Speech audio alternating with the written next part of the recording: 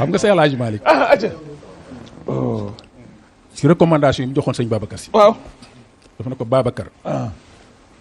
na nga sax ci dëgg ku ñëw fekk la ci dëgg kuy dem bàyyi la ci dëgg wax bu xóot la wax bu xóot la parce que boo yanoo ñi ngay recevoir day bëri dëgg la responsabilité boo yan ñi ngay recevoir day bëri maa la ko wax di ngay recevoir ku ne te ci biir ñi ngay recevoir daf ci am ay manipulateur wallaay moo tax am na yoo xam ne bu dajewul rek doo mucc déedéet mu ne kon nag boo bu dajewul rek doo mucc sëñ bi nit li mu dajale yëpp pour lëre la waaw waaj ko ca yëgoo waaw bu accès bu fa yàlla nekkul saxoo ca la nga nekk rek doo dem doo mucc daaru wallaay dëgg la loolu sëñ Cheikh wax ne góorgóorlu na ba muy dem loolu dañul moo tax mu ne ko wa dumta amiral xaq déggal Ousmane yaa ngi dégg loolu yemoo ci sax ci dëgg mais da ngaa dëggu ci dëgg gi parce que googu dafa ne woon xam dëgg gi baax na wax dëgg gi baax na mais am na lu ko gën mooy dëggu ci dëgg gi te beneen dimension la nit dina xam dëgg gi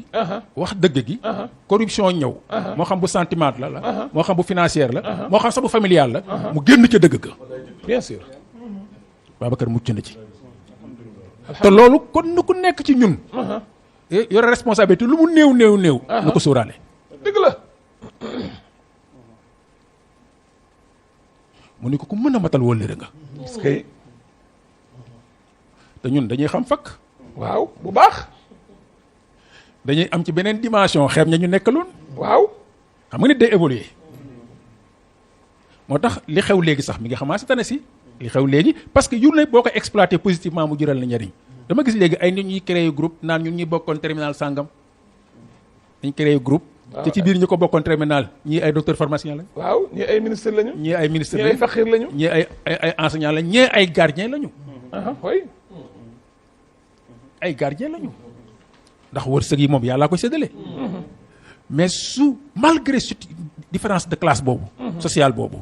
soo wàccee ba ki nga xamoon la nga ko xam woon dee mu tax ngeen continuer am benn affinité bi c'est que matal nga wëllëre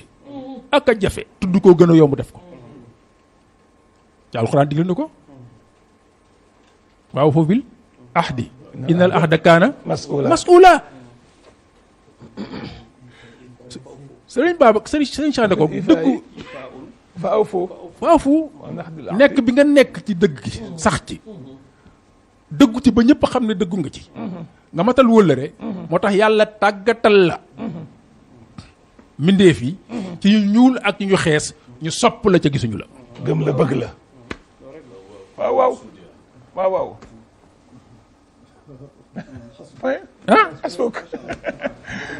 dañu sax nee na bu xol yi dee bu xol yi dee ba melu nit ñi waaw